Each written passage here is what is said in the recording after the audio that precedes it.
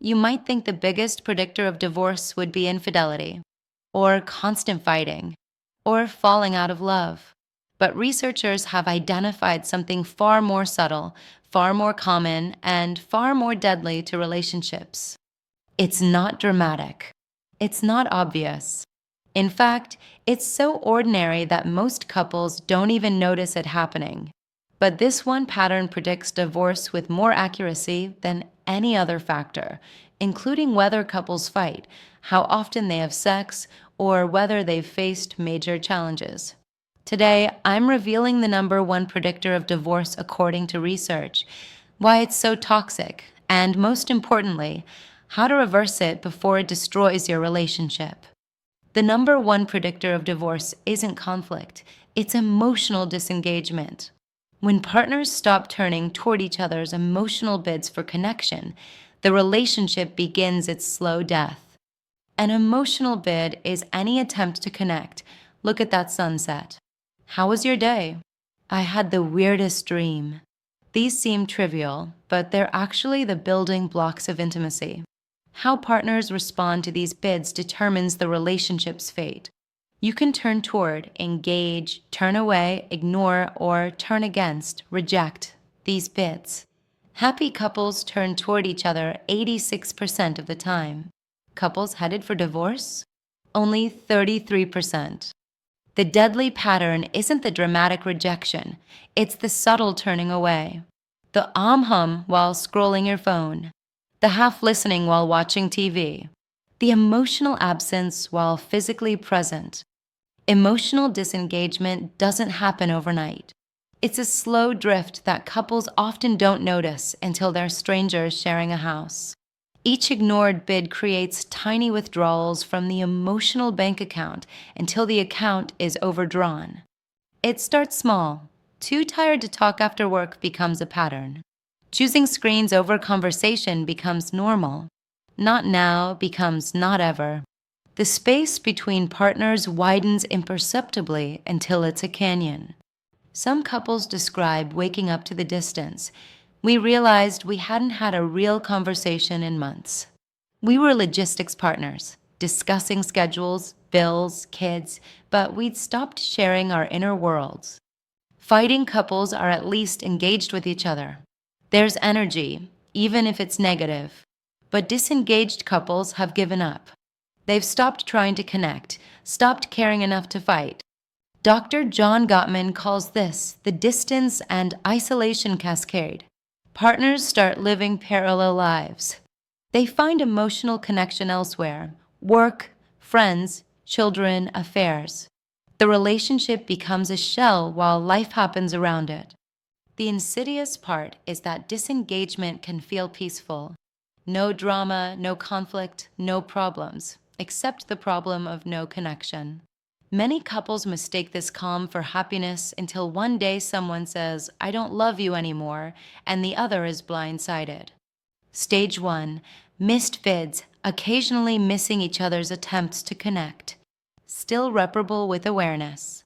Stage 2, habitual turning away, consistently prioritizing other things over partner's bids. Pattern establishing but reversible. Stage 3, emotional absence, going through motions without emotional presence, requires significant intervention to reverse. Stage 4, parallel lives, complete emotional disconnection, often irreversible without major crisis or intervention. Most couples don't recognize the danger until stage 3 or 4, when the pattern is entrenched and requires massive effort to reverse. Modern technology has exponentially increased emotional disengagement. Phones, tablets, laptops, infinite alternatives to turning toward your partner. Every notification is a potential bid thief. Phubbing, phone snubbing, has become normalized. Partners sit together but exist in separate digital worlds. The person next to you becomes less interesting than strangers on the internet. Research shows that just having a phone visible during conversation reduces connection quality. The possibility of distraction creates emotional distance. We're physically closer, but emotionally farther than ever. One couple realized We'd spend entire evenings together without actually connecting, both on our phones, occasionally showing each other something, but never really present with each other. Many couples disengage by focusing entirely on children. Kids become the only shared topic, the only reason to interact. The couple relationship gets sacrificed on the altar of parenting. These couples often plan to reconnect when the kids are older, but by then, the muscle of connection has atrophied. They're strangers who co-parented but forgot to maintain their couple bond. The irony is that the best thing for children is parents who model healthy partnership. Prioritizing the couple relationship isn't selfish. It's giving children the security of parents who genuinely love each other. Disengaged couples often become excellent roommates. They manage household logistics efficiently. They're polite, respectful, even friendly. But they're not lovers, not intimate partners, not emotionally connected. They might have sex occasionally, but it's mechanical. They might say, "I love you," but it's habit. They might seem happy to others, but internally they're dying of loneliness within the relationship. "We were great co-managers of our life," one woman explained, "but we'd forgotten how to be lovers, friends, or confidants. We were running a business together, not sharing a life." The good news is that emotional disengagement is reversible if caught before complete detachment. It requires intentional, consistent effort to turn back toward each other. Start with awareness. Notice bids for connection, both yours and your partner's. Track how often you turn toward, away, or against. Most people are shocked to discover how many bids they miss. Create bid-rich environments. Put away phones during meals. Institute tech-free times. Create rituals that require engagement. Walks without earbuds, coffee without screens, bed without devices. Practice active turning toward. When your partner makes a bid, stop what you're doing. Make eye contact.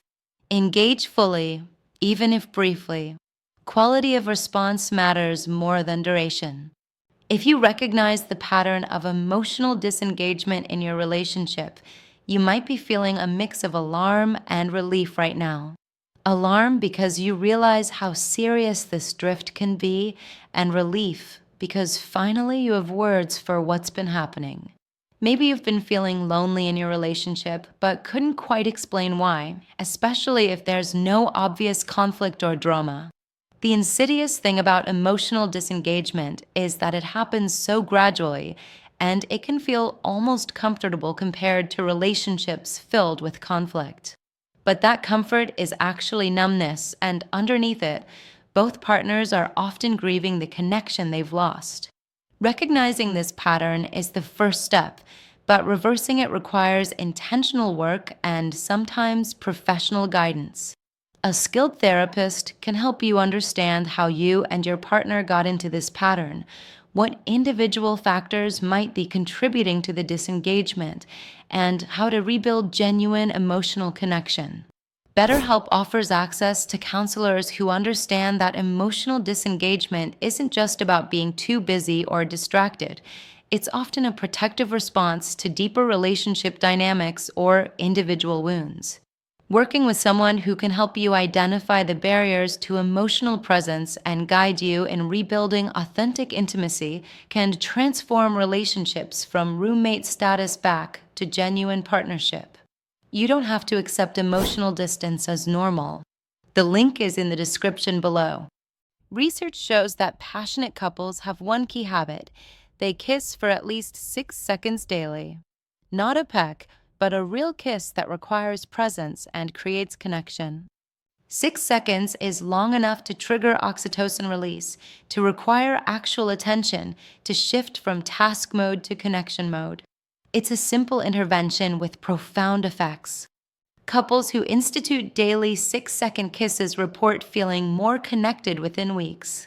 It seemed silly, one couple admitted, but that kiss became an anchor point that reminded us we're lovers, not just co-parents. Happy long-term couples have rituals of connection that protect against disengagement. Morning coffee together, evening check-ins, weekly dates. daily walks, bedtime gratitude sharing. These rituals become non negotiable appointments with connection. They're protected time when turning toward is prioritized. They're insurance against the drift. Create your own rituals based on your lifestyle. 5 minutes of undivided attention when reuniting. 10 minutes of pillow talk before sleep. Sunday morning breakfast without phones. Small rituals, consistently practiced, prevent emotional disengagement. The number one predictor of divorce isn't the dramatic betrayal or the explosive fight. It's the quiet turning away, the slow drift into emotional absence. But this predictor is also the most preventable. Every bid you turn toward, every moment you choose presence over distraction, every ritual of connection you maintain is a vote for your relationship's survival. The choice between engagement and disengagement happens hundreds of times daily in tiny, seemingly insignificant moments that actually determine everything. Look at your own relationship. Are you turning toward or away? Are you present or absent? Are you engaged or drifting? Share in the comments one way you'll practice turning toward your partner this week. Subscribe for more research-based relationship insights. Remember, relationships don't die from one fatal blow. They die from 1,000 tiny withdrawals. But they thrive from 1,000 tiny deposits. Which are you making today? Share your experiences in the comments below. You're not alone in this journey.